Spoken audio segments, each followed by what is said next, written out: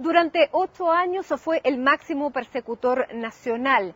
Fue el segundo fiscal nacional en la historia de nuestro país y a poco más de 3 meses de dejar su cargo, Sabas Chaguán nos recibe no en su casa, cuidando su privacidad y por qué no su seguridad, sino aquí en el Estadio Palestino, donde pasó gran parte de su niñez, de donde vienen sus ancestros. De hecho, su abuelo fue parte del primer directorio del club.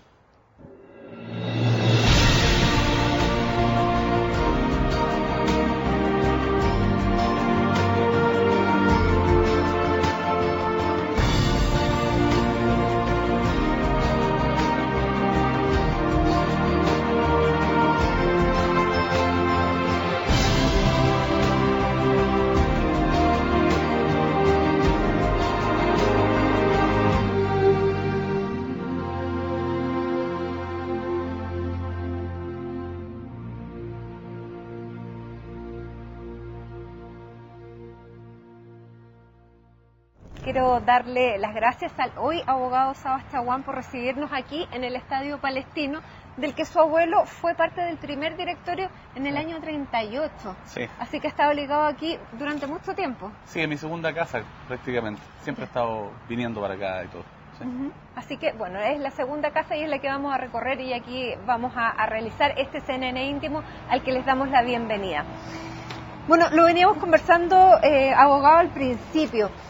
Cuando uno deja un cargo de tanta responsabilidad y de tanta adrenalina, ¿qué pasa al día siguiente cuando ya no hay chofer y tal vez uno se sienta atrás y el auto no camina? Creo que esa anécdota la dijo el presidente Lago. Sí. No, el problema no fue el chofer ni el trabajo, porque tuve suficiente trabajo, sino que el problema fue el frenazo, digamos. O sea, que las múltiples demandas, el día a día, que todos los días eran distintos, que había muchas actividades, no estaban más. Ahora, yo estaba preparado, etcétera, pero como que el cuerpo sigue acelerado. Yo juraba que estaba tranquilo, pero no estuve relajado hasta unas 2 o 3 semanas después de que dejé el cargo. ¿Pero no le vino el bajón de adrenalina, esto de necesitar el...? No, creo que fue suficiente. ¿Sí, fue suficiente? Fue suficiente, sí. Ahora está mucho más relajado, está dedicado ya a la actividad profesional particular, está con uno de sus amigos. Sí, estoy con Raimundo Ale, que gentilmente me invitó a compartir su estudio. Voy a estar ahí un par de meses, porque estoy instalando mi propio estudio. Estamos en el trámite de arriendo, los arquitectos están haciendo los planos para una remodelación de la oficina, y ahí está el estudio Sabas Chaguán y compañía, digamos. ¿Está buscando clientes o ya están apareciendo? Algunos han aparecido y estoy disponible, digamos, hemos tenido conversaciones, reuniones, pero tampoco hay que andar ofreciéndose. No, claro, pero sí, se ha dicho en su momento que va a representar a un grupo de las víctimas de esta estafa de AC Inversion. ¿Eso es verdad? Sí, yo estaba en la oficina hace 2 semanas y una víctima de Antofagasta me contactó. Yo le dije que estaba en esta circunstancia, que estaba tomando algunos clientes nomás porque estaba haciendo mi oficina. Ella me pidió que se lo podíamos ayudar. Entonces, como es gente que está muy desvalida, me dijeron que eran muchas. Yo le dije, bueno, júntense todas las que puedan, y yo los puedo representar. Y en eso están haciéndose los mandatos, la notaría, y al parecer sí voy a representarlos. Es raro que el Estado no lo haya detectado antes, ¿no? No sé si es raro, pero me parece que es una estafa, por lo que he visto en la prensa, bastante bien urdida, bien pensada. Así que es difícil. Bueno, eso es materia de la investigación, yo creo que es una investigación de largo aliento. Bueno, aquí estamos en el Club Palestino, ya les contábamos, pero aquí está, claro, la galería de las personas que formaron el club. Y usted me decía que su abuelo fue parte del primer directorio y aquí está, Sabas Chaguán. ¿Cuál era el otro apellido? Chaguán. Chaguán. Sí. No sé si se parece mucho. No, se parece a mi padre. Y ustedes venían... Por suerte, porque yo le tengo mucho respeto, porque no era muy guapo mi abuelo. Y ustedes venían de la familia, venía de Palestina. Sí, de Palestina, de Beit-Jala. Sí. De Beit-Jala. Una ciudad al lado de Belén. ¿Y en qué época llegó la familia acá? Mi abuelo llegó en 1905 a Chile. Y después volvió a Palestina varias veces, pero la principal fue cuando fue a traer a su polola, digamos, a mi abuela. Se casaron, pasaron la luna de miel en París y se vinieron a Chile. ¿Y por qué se vinieron a Chile? Bueno, la situación era bastante difícil, a pesar de que ellos estaban en una situación un poco mejor, porque era la única familia, según tengo un primo que es historiador y es profesor de la Universidad de Chile, dice que era la única familia que tenía una prensa para hacer aceite de oliva a diésel, no manual. Entonces le iba bastante bien, pero estaba todo el problema del Imperio Otomano, la persecución de los turcos otomanos que hacían sobre muchos árabes. Si se corrían un poco hacia el norte estaba la legión extranjera. Y las condiciones acá es bastante parecido el Valle Central de Chile a Palestina, según me han dicho, y se vinieron. Según le han dicho, usted no ha ido. No he podido ir porque estaba esperando que crecieran mi hijo. Así que, si Dios quiere, el otro año pretendo ir. Porque la casa sigue en Betyala. La casa que construyó mi abuelo con su padre, mi bisabuelo, está en Betyala, está en manos de unos parientes lejanos ya, pero normalmente se les pide que lo dejen entrar. Claro. De hecho, es muy bonita, salió publicada inclusive en un libro de la Sorbona, de las 7 mansiones de 7 ciudades palestinas, y eligieron la de mi abuelo. Yo he visto fotos, es realmente bonita. Y Betyala está súper cerca de Belén, así que Sí, es un punto está, claro de... creo que se ve. Exactamente. ¿Usted tiene esta raíz palestina? ¿Se representa en algo? Sí, yo soy profundamente chileno, ¿Sí? pero sí soy muy cercano, me siento muy palestino, descendiente palestino. Tengo varias, esta es mi segunda casa, de verdad mi segunda casa. Fui dirigente y soy muy fanático, por qué no decirlo, del club palestino, del equipo de fútbol. Así que tengo muchos amigos. ¿En la cocina árabe? Me la como. ¿No la cocina? No, la cocino. El kub he tratado, que es una carne molida con borgol, que es un trigo integral, he tratado, pero no me resulta. ¿Y cuánto le ha marcado la pertenencia a una colonia que es la colonia más grande que hay fuera de Palestina? Bueno, me ha marcado mucho, y creo que hay valores comunes con Chile. La tenacidad, la perseverancia, el superar las catástrofes. Ha habido un verdadero holocausto palestino, digamos, ha habido un exilio forzado de millones de palestinos, y no obstante siguen tratando de levantarse, siguen tratando de conformar el Estado palestino. Y acá en Chile siempre mi padre me decía, al igual que otras colonias, los palestinos vinieron a quedarse en Chile y se hicieron chilenos desde el primer momento. Y creo que han aportado al desarrollo del país, originalmente como industriales, después ha habido notables profesionales, ha habido parlamentarios. Yo también creo que aporté algo. Esa es la lógica de la colonia, digamos. Esa es la lógica de la colonia, que hay una escultura muy bonita que también es parte del club. Usted estudió en el Verbo Divina. Sí. ¿Le decían el turco? No, me decían el guatón. No me hubiera gustado que me dijeran el turco. De hecho, una de las 2 peleas que tuve en el colegio fue cuando llegó alguien de otro colegio y me dijo, por eso le dicen turco con cariño, no importa, pero me dijo turco un poco enojado y bueno. Porque eso nunca es más lo que me se dijo decía turco. siempre, claro, a los palestinos, porque el pasaporte era turco. A los palestinos y a todos los árabes en Latinoamérica. En Argentina, que hay muchos sirios, le decían los turcos, a los libaneses, en Brasil, sí, porque el pasaporte decía turco. ¿Cómo vive lo que está ocurriendo hoy, no solamente en Palestina, sino que en toda la zona, incluido Irak, Siria? ¿Usted sería parte, por ejemplo, de acoger refugiados? Chile va a acoger a 50 familias, 50 o 100 familias, pero ¿usted está de acuerdo con esa política, pensando también en que han entrado terroristas junto con los refugiados?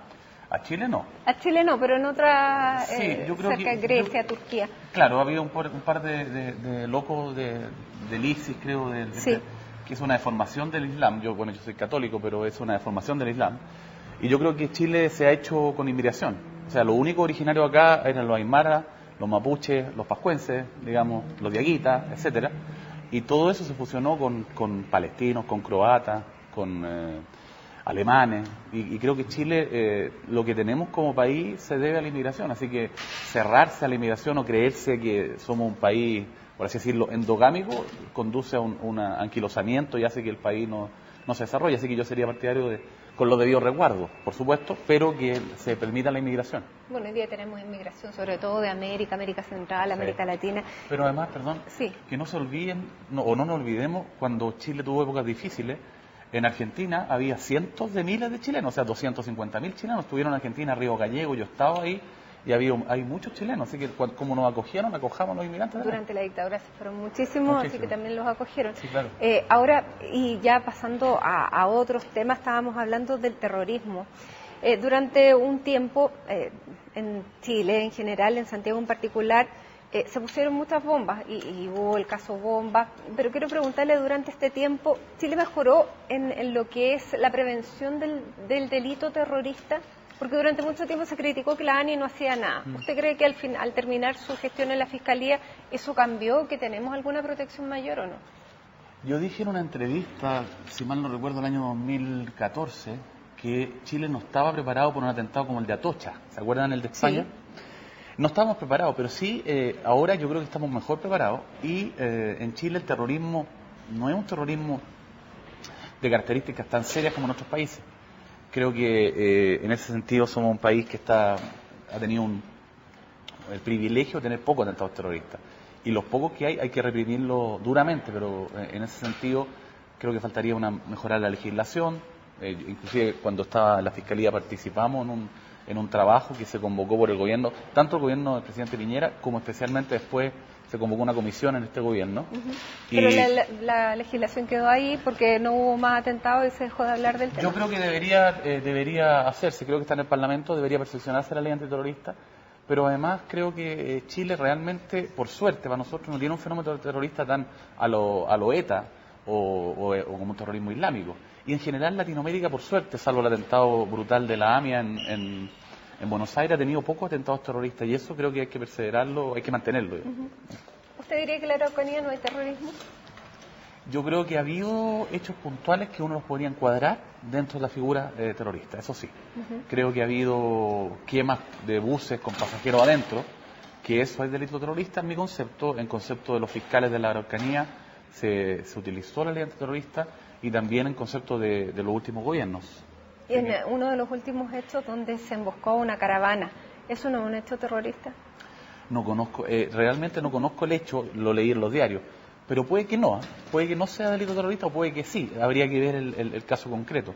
Lo importante es que creo que en general todos los chilenos y toda la autoridad chilena tienen la conciencia de que hay ciertos hechos puntuales que se pueden encuadrar dentro de la figura del terrorismo. Ahora, que sea una organización terrorista es otra cosa. Claro, ahí cabe la pregunta, ¿cómo durante todo este tiempo, si hay terrorismo efectivo, por qué no se detecta a la organización? Porque se habla de la Araucanía de que hay elementos extranjeros que están asesorados, pero no hay ninguna prueba, ningún detenido que así lo demuestre. ¿Por qué? Se ha dicho, ha habido algunas detenciones esporádicas de un par o 3, 4 personas, si mal no recuerdo, franceses, español, italiano, pero no se le ha podido vincular a hechos concretos. Ahora, yo creo que eso es una conjunción de problemas. El territorio, lo cerrado de las comunidades mapuches, que ojo, no hay ningún antecedente, y el que lo diga es poco serio, de que el pueblo mapuche es terrorista, por favor. Y nosotros hemos dicho, inclusive una vez, con el mayor respeto, yo dije que perseguíamos a cualquiera, a los huincas, a los mapuches, a los croatas, a los árabes, cualquiera que tenga una idea delictiva. Pero creo que ha habido, como le decía, el terreno, las condiciones, pero hay además, igual que como la violencia intrafamiliar, que es un problema que excede la persecución penal, usted no puede arreglarlo solamente con la persecución penal. Creo que ahí hay un tema social, político y también penal. Nosotros, tengo la camiseta puesta, la Fiscalía en su momento se preocupó del tema penal, pero no puede arreglarlo solo con el tema penal. Solo con el tema penal. El ministro Burgos pidió un fiscal con dedicación exclusiva. ¿Le parecía una buena idea ya mirándolo desde fuera? Lo que pasa es que cualquier cosa que yo diga puede malinterpretarse, porque yo no creo que sea conveniente que un ex fiscal nacional hable de la Fiscalía, para nada. Y yo voy a mantenerme bastante cercano de esa posición. Ahora, creo que en su momento sí el fiscal Abbott explicó que iba a hacer una coordinación y no se negó totalmente a un fiscal exclusivo. Dijo que por el momento no era imprescindible. Y el ministro Burgos dijo que él había pedido un fiscal exclusivo que respetaba esto, pero que le parecía bien que se reconociera la situación. Ahora, eso es todo lo que podría decir yo, digamos. Respecto a eso. Ahora, respecto a lo que fue lo que llamamos delitos terroristas en otro tema, en el tema del caso Bombas, que tuvo un impacto mediático muy grande, pero que finalmente terminó sin culpable.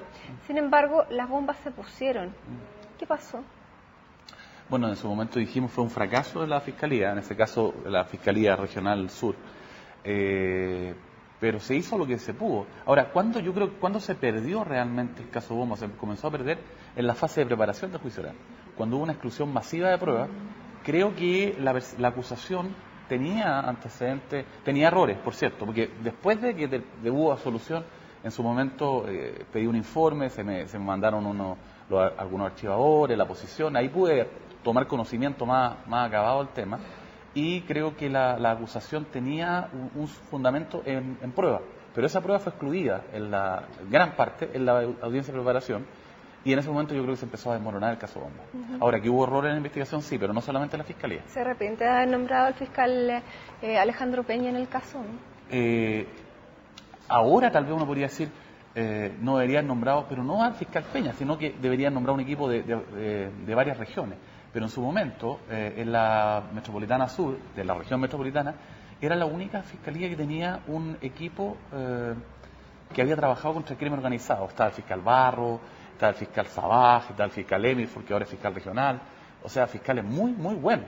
Que hubo un fracaso después posterior y se produjo esa solución, está bien. Pero fue desprolijidad del fiscal que estaba a cargo.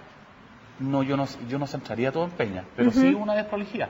Ahora se sintieron muy presionados por el gobierno. Recuerdo en esa época las declaraciones del ministro del Interior de entonces, Rodrigo Ginspeter, que tenía, con o no razón, me imagino que con todos los casos de bomba que había, él sentía que tenía que haber algún resultado. ¿Se sintieron presionados por eso?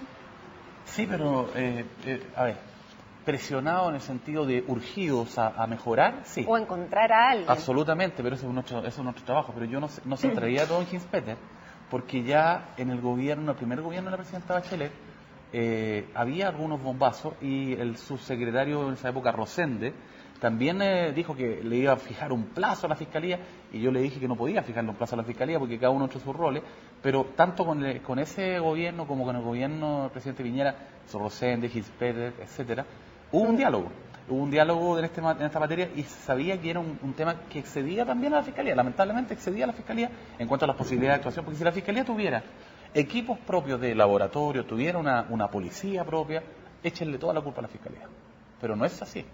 La Fiscalía tiene que trabajar con otras personas, con otras instituciones. Nosotros en Chile siempre nos enorgullecemos que la Policía de Investigación en general, que Carabineros no son corruptos.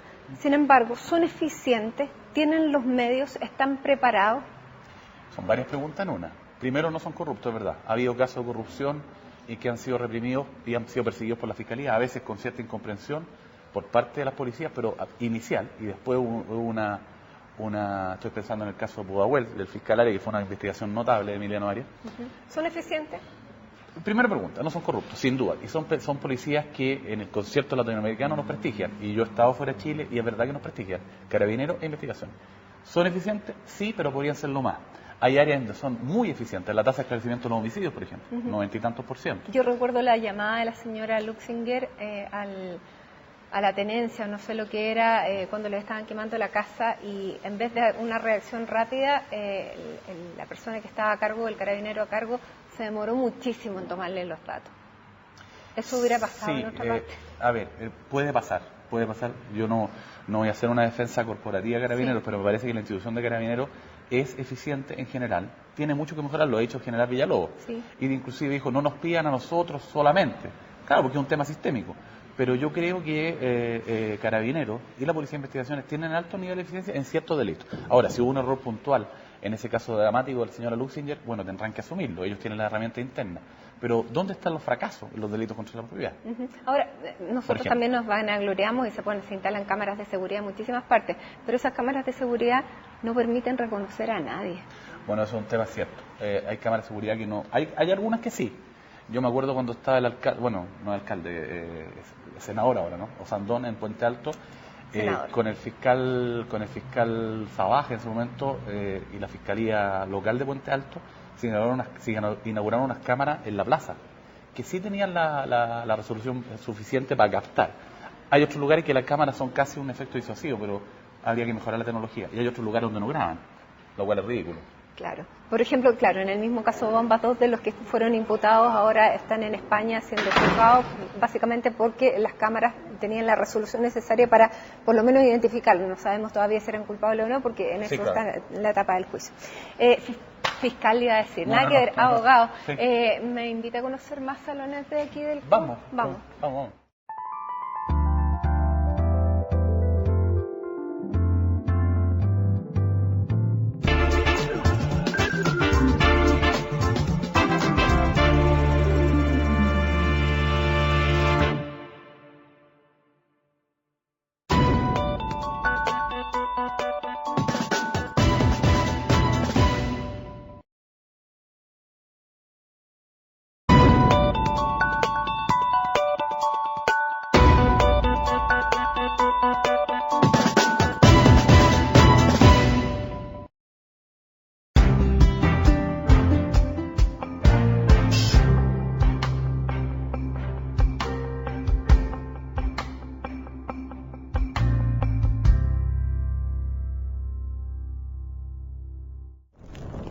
Esto es CNN Íntimo y en este capítulo estamos junto al ex fiscal nacional, hoy abogado Sabas Chaguán, al que le agradecemos este tiempo con CNN. Bueno, quise que me mostrara un poco lo que era el Club Palestino. ¿Dónde estamos, abogado? ¿Cómo se llama esto? El Salón Árabe. Tengo entendido que se llama Salón Árabe porque está decorado a la usanza tradicional, tipo Mil y una noche. Tipo las 1000 y una noche. Sí. ¿Se le leyó? No, pedazo no. Ah, ya. No, sí. Bueno, leí uno muy bueno que se llama Las noches de las 1001 noches, de un premio Nobel egipcio, Naguib Mahfouz se llama. Extraordinario, un libro corto, muy bueno. Pero Las 1001 noches no, leía pedacito. Ya, pero le trae ese recuerdo a esta sala. Bueno, vamos a conversar de otras cosas. Como abogado, cuando un funcionario público tiene la evidencia de que va a ocurrir una catástrofe en la que puede haber muchas víctimas y no emite la advertencia necesaria, ¿es culpable? Es que la pregunta dice si tiene la evidencia, o sea, él sabe, Sí. eso es un delito. Eso sería un delito. Ahora, si es culpable o no, tiene que decirlo un juez. Otra cosa es que un funcionario público actúe negligentemente, que eso es cuasi delito. O sea, actúa con culpa. Y no estoy hablando en general, como abogado y en general, sí. Lo que pasa es que se parece mucho a alguna situación real. al caso Tsunami. Obvio. Al caso Tsunami, donde Solange Huerta, y hay un extracto clarísimo, donde ella enumera todas las pruebas que existían en que los responsables políticos en ese entonces conocían las pruebas, de que a partir de las 4 y algo de la mañana llegaban las olas y que podían causar muchas víctimas, porque de las primeras víctimas no había responsabilidad porque no había cómo saberlo. Pero de los 180 muertos, por lo menos 116 se podrían haber salvado. ¿Usted cree que en este caso se podría haber llegado al final del caso y con responsables? A ver, me permite un poquito de recapitulación. Sí. Yo designé a Solange Huerta en su momento para que investigara esto, porque había gente que decía que esto era un caso fortuito, una catástrofe, y que no para qué íbamos a hurgar en la haría, y que no había nada que investigar, digamos. Yo la designé precisamente porque había que investigar esto. Yo pensaba que podía haber alguna responsabilidad. Solange Huerta y el equipo, Luis Tapia, el fiscal Castellanos también, hicieron un trabajo notable, una investigación de largo aliento, pero había que hacerlo. O sea, uno no puede medir las investigaciones en términos costo-beneficio, costo económico versus beneficio, porque al final siempre tiene un beneficio, que es que se sepa la verdad. Ahora, si usted me pregunta, yo creo que Solange Huerta no quería, yo no conozco la investigación, porque las únicas investigaciones que conozco en todos sus extremos eran las que tomé el año pasado. Vamos a hablar después, pero esta la conocía en líneas generales, porque se me informaba como jefe del servicio, digamos. Pero creo que se podría haber llegado a juicio oral. Pero también se puede tomar la decisión que está tomando el fiscal regional. ¿Qué sucede? Yo lo dije al principio de nuestra conversación. Yo creo que no es prudente y no es conveniente que un ex fiscal nacional, y menos a 3 meses, se ponga a opinar de lo que hace la fiscalía, salvo que sea para desmentir un error, o sea, pero a mí me llama la atención como ciudadano común, sí, usted hoy día es abogado, sí, ¿le llama la atención? No, me llama la atención ¿en qué sentido? Me llama la atención el hecho que se esté buscando una salida alternativa, pero también me hubiera llamado la atención, entre comillas, un juicio oral, ¿ya? Lo que pasa es que yo no quiero inclinarme por una u otra, porque si una u otra solución, yo aparezco como ex fiscal nacional estoy opinando y quitándole el piso o a Huerta o a Pérez Calaf. Ambas son legítimas y ambas son legales, Yo claramente, cuando se me explicó por Solange Huerta, que hasta donde yo conocía, porque a lo mejor había algún cambio, yo apoyé lo que estaba haciendo ella. Ahora, si me hubiera explicado Pérez Calaf, porque yo lo designé, pero no alcancé a estar con él, él asumió ahora el 24 de enero, me hubiera explicado más en detalle, tal vez podría haber evaluado los nuevos antecedentes.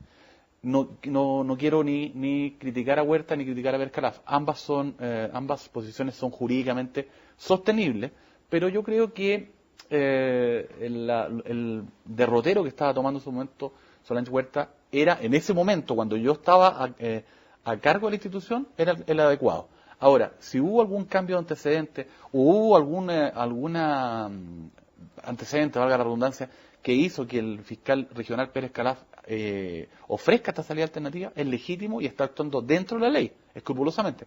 ¿Por qué? Porque él no ha tenido la oportunidad todavía de justificar en una audiencia. Cuando lo justifica en una audiencia, podemos ver sus razones, es una persona seria y una persona que tiene experiencia. Y saber si hay nuevos antecedentes después de 6 años de una investigación tan acuciosa. También. Ahora, esto estuvo mucho tiempo parado porque el Tribunal Constitucional lo paralizó por 2 años. Me parece un exceso.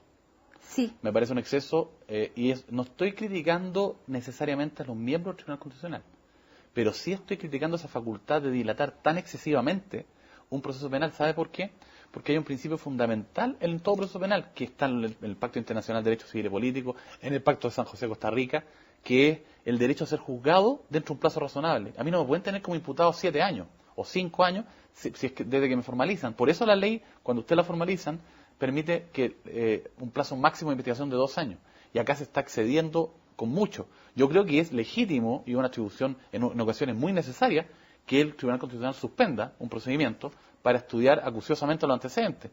Pero 2 años me parece un exceso. Pero en este caso usted... En este y otros casos, ¿usted cree que el Tribunal Constitucional está siendo utilizado para manipular la extensión de los casos?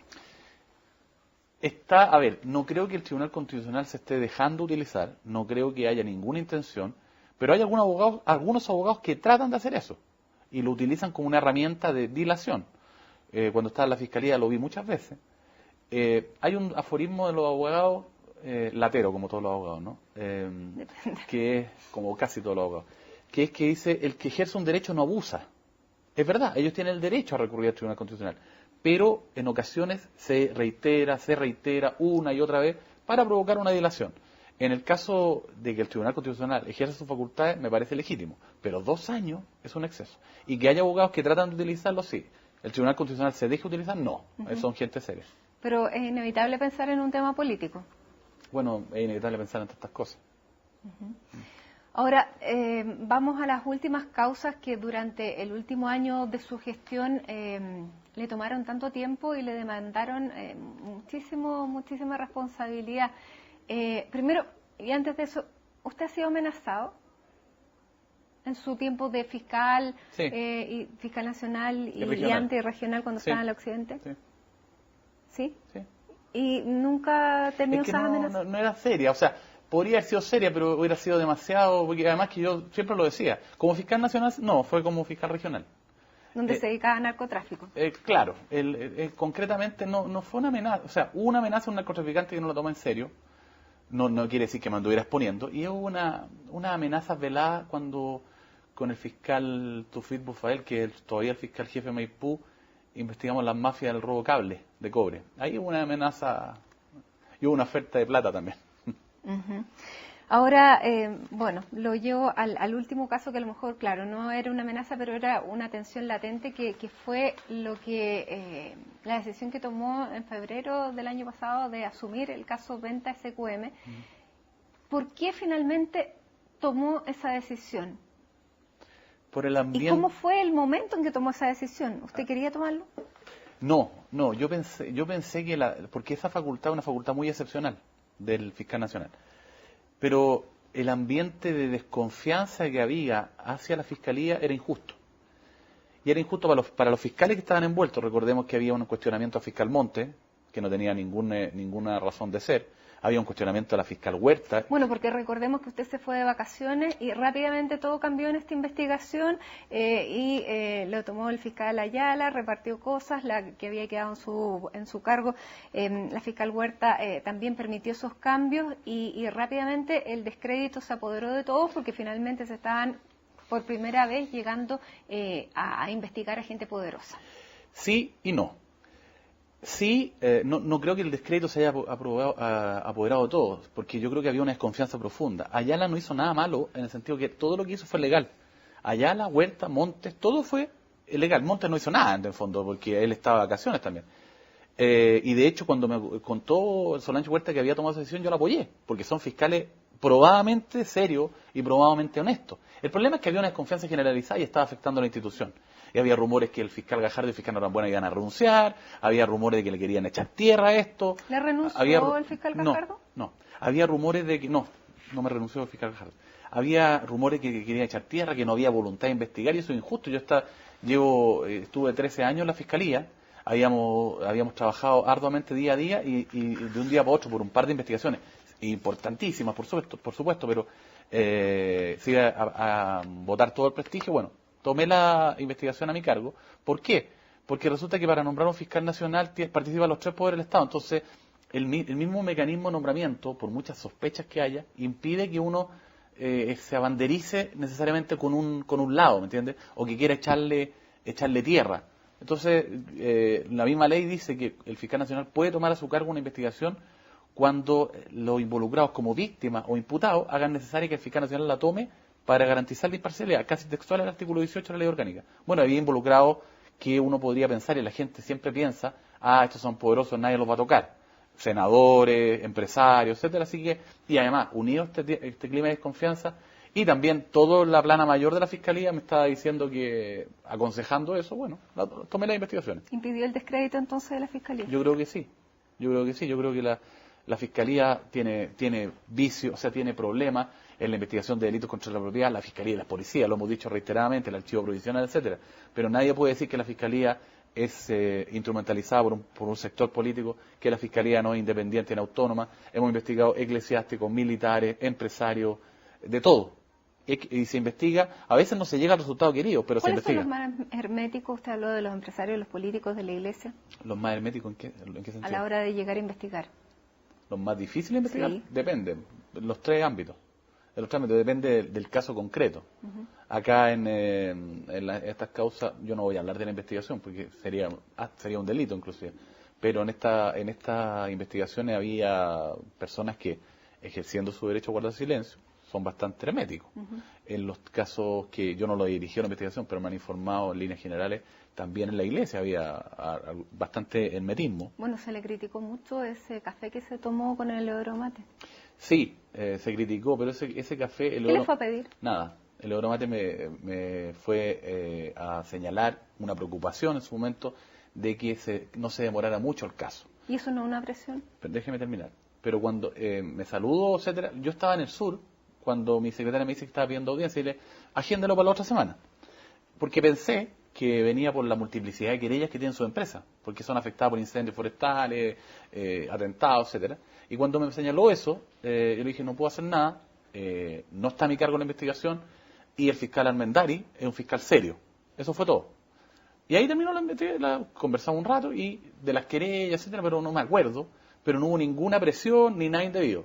Cuento muy corto, a las 2 semanas, 3 semanas, al tiempo, hice mi agenda pública. Creo que fue la primera autoridad que lo hizo. O no sé, a lo mejor le estoy quitando la primacía a Ramiro Mendoza, que creo que lo hizo simultáneamente. Pero se transparentaron todas las reuniones. Yo no había a partir ninguna de reunión que, por eso aprendí, ninguna reunión que no estuviera en mi agenda, ni una. Bueno, y ya antes había recibido a la masonería, a los evangélicos, a la iglesia, a empresarios, a abogados, pero después lo puse en la agenda. No, y ahí no hubo nada indebido. ¿Le llamó la Fue atención? un error tal vez mío no haberlo recibido sin preguntar el tema.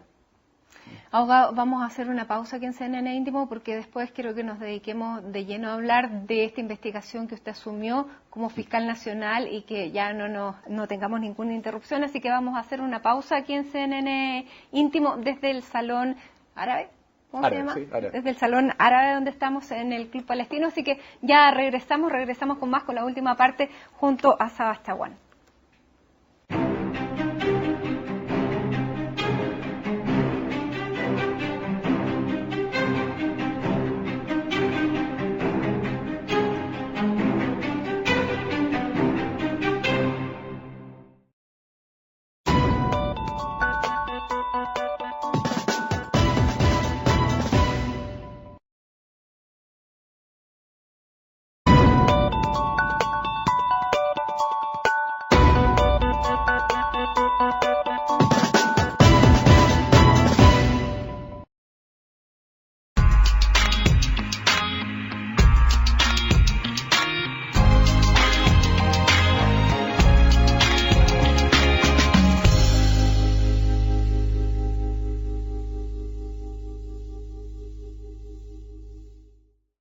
Esto es CNN Íntimo y en esta edición estamos junto al ex fiscal nacional Sabas Chaguán. Estamos en el Club Palestino, estábamos hablando de los casos que él decidió tomar en febrero de 2015, el caso Penta SQM, y estábamos hablando de que se le acusó muchas veces de politizar este caso. Sobre todo la Alianza dijo que la Fiscalía solamente investigaba para un solo lado porque estaba avanzando a pasos agigantados en el caso Penta y lo que se estaba sabiendo de SQM era poquísimo. ¿Cuál fue su respuesta, su reflexión a partir de eso?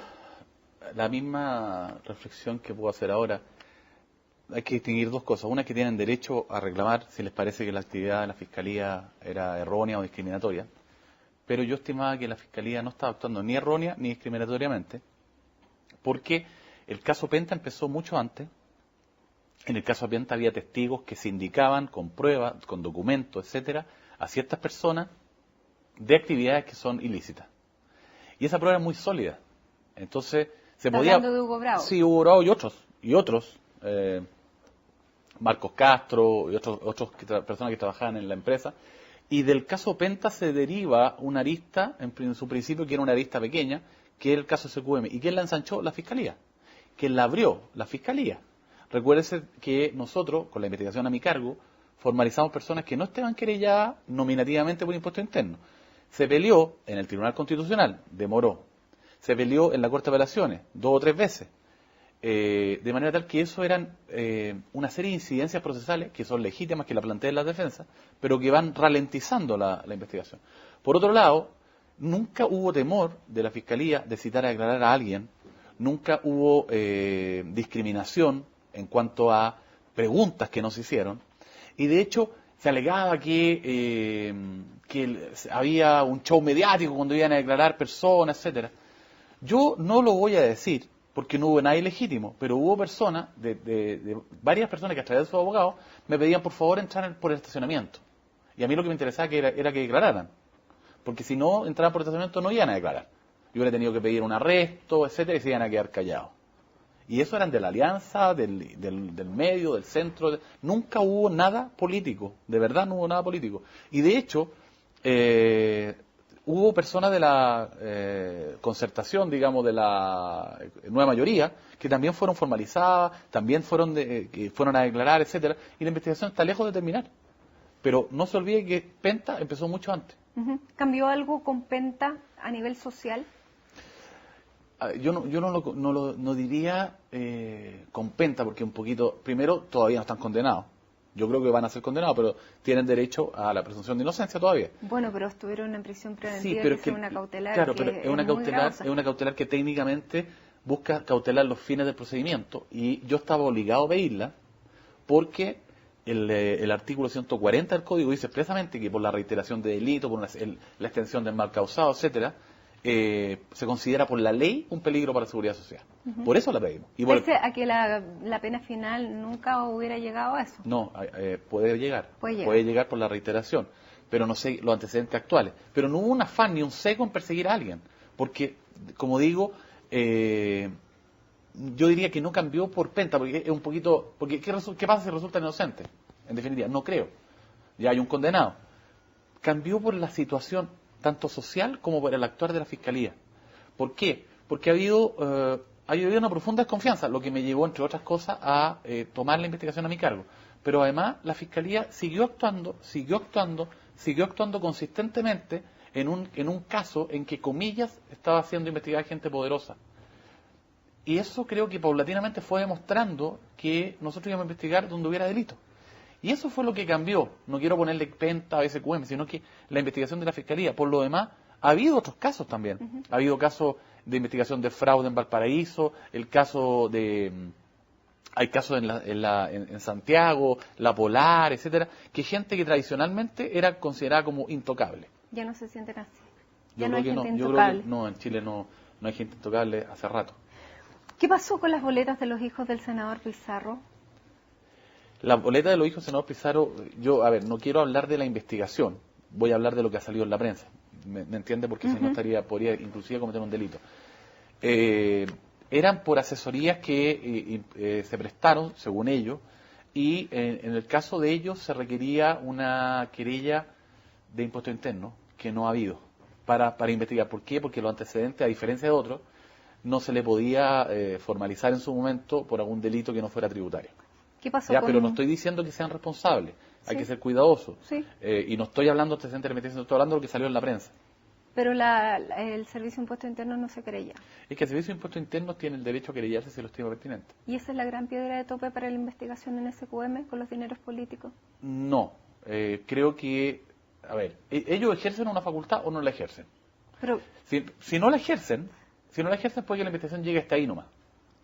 Y el impuesto interno puede tener sólidas razones para no querellarse, pero tiene que explicarlo el impuesto interno, no la Fiscalía. Ya, pero puede tener sólidas razones políticas, porque aquí está Roberto León, Fulvio Rossi, la campaña de Eduardo Frei, y así podemos seguir sumando a muchos grandes personajes de la nueva mayoría. Sin embargo, el único formalizado y procesado es Carlos Ominami, que si bien es un nombre dentro de la nueva mayoría, es un nombre que ya no es senador, que no está en la primera línea, y que, entre comillas, y él lo dijo en una entrevista, podía ser el chivo expiatorio. Nuevamente, es que esta situación es un poco complicada para mí porque sé perfectamente lo que se hizo, lo que se tenía que hacer, pero no puedo decirlo porque una cosa es que lo digan los que están metidos en la investigación, pero no quiero ser latero, pero el artículo 182 del Código Procesal Penal me impide hablar de los antecedentes que conocí en relación al 255 del Código Penal. Violación de secreto, me salió el abogado. Entonces, pero además es poco prudente. Lo que sí puedo garantizar es que cuando había antecedentes que permitan formar la convicción de la Fiscalía, se formalizó a quien había que formalizar. ¿Por qué? Porque si usted tiene, hablando en general, un imputado que es donde se concentran todas las relaciones, y ese imputado guarda silencio, ¿ya?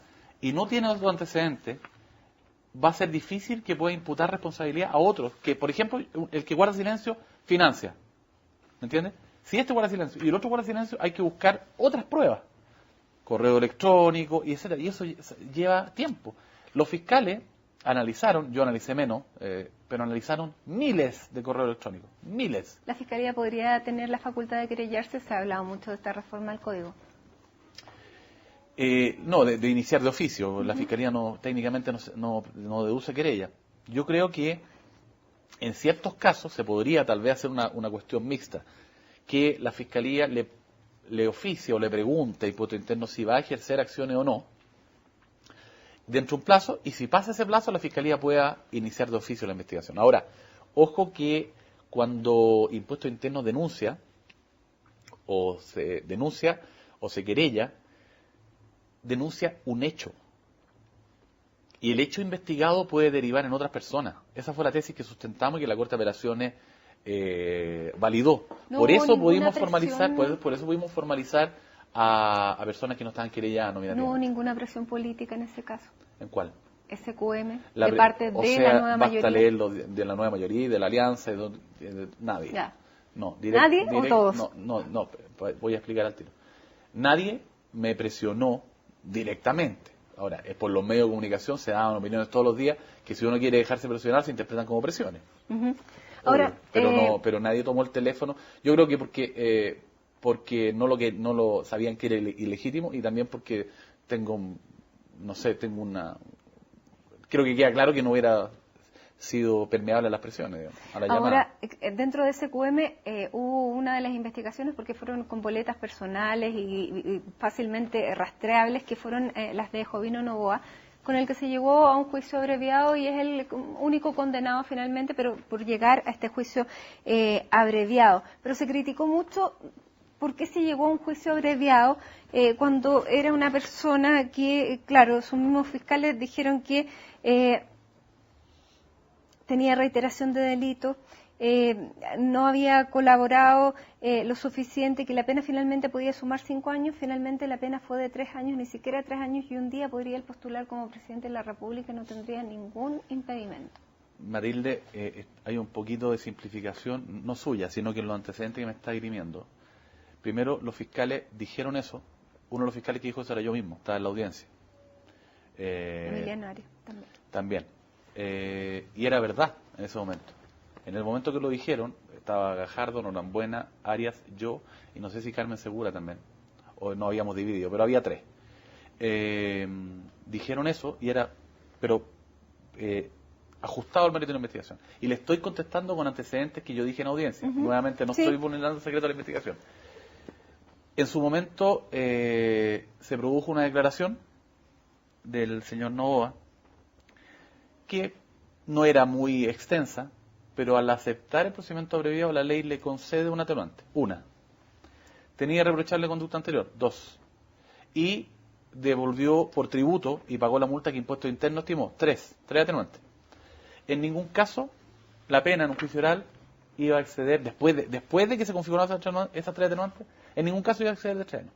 Es más, era muy probable que fuera de 541 días. Considero o 2 que su penas de colaboración 541 fue días. sustancial No. cuando él en un principio ni siquiera fue a declarar cuando fue citado y más bien utilizó a la Fiscalía como punto de prensa para decir que era un juicio políticamente, ideológicamente falso. Pero vamos a los resultados. Estuvimos en una audiencia con el fiscal Gajardo, el fiscal Norambuena y yo, en la audiencia de procedimiento abreviado. Dentro de la ley se formuló acusación verbal. El señor Novoa aceptó los hechos, materia de la acusación, los hechos de esta investigación, que ya no se puede calificar de ideológicamente falsa, si se tratan los hechos, y los antecedentes de la investigación en qué se funda. Impuesto Interno estuvo de acuerdo, y el tribunal, libre y soberanamente, aprobó ese acuerdo reparatorio, porque sabían perfectamente que estaba dentro de la ley y no había ninguna discriminación. Y el primer condenado. Un momento. Pero hay miles de procedimientos abreviados diariamente en Chile, o al mes miles. Pero este tiene otra connotación. Sí, pero para allá voy. Me preguntaron por el actuar de los querellantes, que decían que esto era puro y que era legítimo, y yo dije, apelen y reclamen en la Corte de Apelaciones. Si no se hubiera llegado a procedimiento abreviado, lo digo responsablemente, tal vez hubiera sido menor la pena en un juicio oral. Menor la pena. ¿Ya? Y era más certero para la Fiscalía, certeza jurídica, condenarlo. Y la Corte de Apelaciones ratificó lo obrado. O sea, si van a reclamar porque hubo, comillas, un arreglo político o que hubo lo que es falso, es malintencionado y además no se ajusta al mérito ni de la ley ni de los antecedentes, reclámenle a los fiscales, a los 3 que estuvimos en la audiencia y a los 4 jueces que aprobaron esto. El juez de garantía, que es un juez muy serio, y los 3 miembros de la Corte de Apelaciones que lo aprobaron. Bueno, fue uno de los primeros políticos en ser condenado. Está condenado. Exactamente. ¿Usted tuvo conocimiento de los correos entre Pablo Longueira y Patricio Contese? Porque de acuerdo a lo que dice el mismo abogado de Pablo Longueira, estos correos la Fiscalía los tenía por lo menos desde octubre de 2015, pero no fueron investigados sino que a partir de este año. Bueno, yo en octubre de 2015 me quedaba un mes y medio, cuando habrían, según el abogado, aparecido. ¿Los conoció? No. El segundo correo, uno que apareció ahora, no. Categóricamente no. A lo mejor está... Porque había miles de correos. O sea, sí. Lo que pasa es que se hizo una copia forense de los computadores. Y eso era un trabajo que coloquialmente nosotros le decíamos pirquinear. Porque íbamos excavando uno por uno. Y el otro se le mandaba una orden de investigar al cibercrimen. Entonces, a lo mejor estaban en la carpeta en ese momento. Pero yo ese correo no lo recuerdo. No pongo en duda lo que dice el abogado. Pero el segundo, para nada. El primero, ¿cuál es el primero? El que dice qué. El primer correo dice qué. El de los primeros que había que estaba preocupado por el tema que se estaba legislando y el otro No, yo no lo le conocí, pasaba no lo conocí. lo que había dicho el senador La verdad Lagos Weber. no lo conocí porque tenía 3 causas a mi cargo y es probable que se me haya comentado, de verdad, es probable que se me haya comentado que hay un correo y dije que analicen los correos. Ya, pero no se alcanzó a configurar el delito de cohecho No, en ese durante momento ese tiempo. no. No, en ese momento no. ¿Y usted cree que Si hubiera alcanzado a configurar el delito cohecho, lo formalizamos. finalmente Pablo Gómez, usted cree que lo va a formalizar por eso o la investigación? Pablo Gómez va a hacer lo que los antecedentes le permitan, no tengo duda, un tipo serio, es un fiscal decente, sabe, y además está bajo la supervigilancia del fiscal nacional, que también es un tipo probo. Y además, el esquema de trabajo de la fiscalía impediría perseguir solamente un sector, porque los que hablan así no entienden. Es un equipo, es un equipo, tendría que estar todos de acuerdo, ser todos de la misma posición política, y además tendrían que convencer a un juez en una audiencia pública. Bueno, se nos está acabando el tiempo, pero no puedo dejar de preguntarle.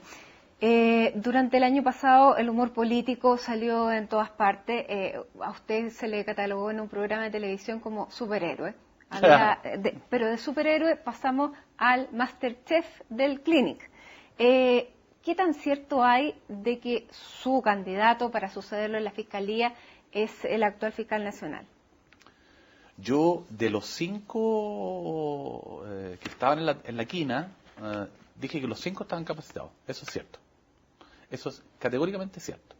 Ahora, ¿con quién tenía más cercanía? Con Abbott y con Toledo. Sin duda. Pero Morales, Guzmán y Juan Enrique Vargas, los 3 también podrían haber sido fiscales nacionales. ¿Usted no le dijo a la presidenta en su última cuenta pública que Abbott era el hombre? No, pues si era cuenta pública, ¿en qué momento le iba a decir? Después, en un momento apartado de eso. No lo hubiera dicho la presidenta Bachelet. Yo creo que me hubiera mandado a la punta del cerro. Parte de la mitología, entonces. Sí, me hubiera mandado a la punta del cerro y además estuve en público con ella, no veo cómo le iba a decir. Abogado. Pero por lo demás, si es una cuestión de sumar 2 más 2. Obviamente, Abbott era más cercano a mí, Toledo también. A Toledo lo designé yo de una terna, es un fiscal jefe serio, y Abbott yo lo llevé a trabajar como director ejecutivo nacional en un cargo de mi exclusiva confianza, y el año 2014, y habíamos trabajado juntos cuando éramos fiscales regionales. Después yo fui el superior de Abbott. Obviamente que tengo cercanía con él, pero con Guzmán también trabajamos, yo también lo designé. Morales lo conozco, un fiscal serio, o sea, cualquiera podría haber sido. Y Juan Enrique Vargas tiene un prestigio bien ganado. Ahora, que me gustó la designación, me gustó la designación. Ahora, lo de Masterchef es la mitología típica del Clinic. Porque no cocina ni siquiera comida árabe. No le hago el Masterchef. No le hace el Masterchef. Ahora, después de que Toledo sale de Rancagua, ¿usted cree que la investigación del caso Cabal, que es otro de los casos emblemáticos y que políticamente ha desestabilizado el gobierno, va a seguir en la línea que seguía el fiscal Toledo? Como dicen en el campo, y dale con que va a llover. Usted me lleva otra vez a hablar de la Fiscalía. Yo no quiero hablar de la Fiscalía, pero lo que ha salido públicamente estoy absolutamente de acuerdo. Toledo lo dijo. Usted, o sea, no quiero que suene soberbio, pero no se conoce al fiscal Moya. Está igual de capacitado que Toledo, es un fiscal serio, que es el fiscal jefe Rancagua, y la designación de Toledo como director de la unidad de drogas es un resorte exclusivo del fiscal nacional, y él lo aceptó. No creo que, o sea, nadie le va a echar tierra, porque además hay equipo, además hay querellantes particularmente activos, además está el fiscal Moya y están los asesores de la regional de Rancagua, que, no hay ninguna duda que van a investigar. Para mí no hay ninguna duda, porque son serios. Además Moya investigó en Temuco, se conocen con Toledo hace tiempo, ninguna duda, va a seguir investigándose seriamente eso. Ahora, a nivel general, no solamente Cabal, SQM, Penta, Corpesca, ¿cree usted que es fundado el temor de la ciudadanía de que todo va a terminar en nada? Es que aquí hay que distinguir 2 cosas. La ciudadanía a veces, legítimamente, quiere cárcel. Quiere que no se encarcele a un tipo que se robó un par de gallinas y quede libre un tipo que defraudó al fisco en 5.000 millones de pesos. Eso es legítimo. Pero es que la gente no es abogado. El Código Penal no lo permite. La pena que tiene un fraude, salvo que sea reiterado, no pasa 5 años, y por ende el tipo, si no tiene antecedentes anteriores, lo va a cumplir en libertad, porque tiene reprochable, puede consignar plata, reparar consuelo mal causado, puede aceptar una brevia, otra atenuante más, o puede haber otras atenuantes más. Tienen que haber una reforma al Código Penal, en que los delitos de corrupción sean tanto o más graves a nivel legal que robarse una gallina. Ahora, yo he dicho en todos los tonos, ¿qué es lo importante? Que los corruptos, los que defraudan al fisco, sean condenados. Idealmente cárcel, pero si no, que devuelvan los bienes. Eso es lo importante, puede hablar más. que estén condenados. Abogado, bueno, se nos acaba el tiempo. Prácticamente ya casi todo, pero de estos 8 años, ¿hay un caso que usted recuerde que lo haya dejado profundamente triste o frustrado de todo? Sí, delitos contra menores de edad, absuelto, por un error del tribunal en su momento. Ese caso me conmovió mucho. ¿Cuál? No es conocido, es un caso en que el niño no se permitió un biombo para que declarara. El niño vio al violador o al abusador sexual y se orinó. Y el fiscal no lo presentó como testigo. Me parece que el fiscal actuó bien. Pero ese caso fue uno de los casos que me llama la atención. En general, los que involucran abuso de poder me enervan. ¿Le gustó la política? No. ¿No se va a postular el 2021 a nada? No. ¿Dedicado al abogado? Dedicado al abogado, a hacer clases, me gusta mi profesión. Así que nada más que no veo el futuro. Pero por ahora no. Muy bien. ¿La familia lo dejaría? No. No es broma. Bueno, claro. Ahí ya, porque además, claro, estar 8 años con un fiscal para la señora no haber sido súper agradable. No. Así que bueno, muchísimas gracias, abogado Chaguán, por este tiempo con nosotros, por haber hecho memoria de todo este tiempo y sobre todo por dar luces sobre algunas de las causas que todavía nos siguen ocupando. Así que muchísimas gracias. No, gracias a ustedes. Y a ustedes también por seguirnos en esta edición de CNN Íntimo. Que estén muy bien y sigan en la sintonía de CNN Chile.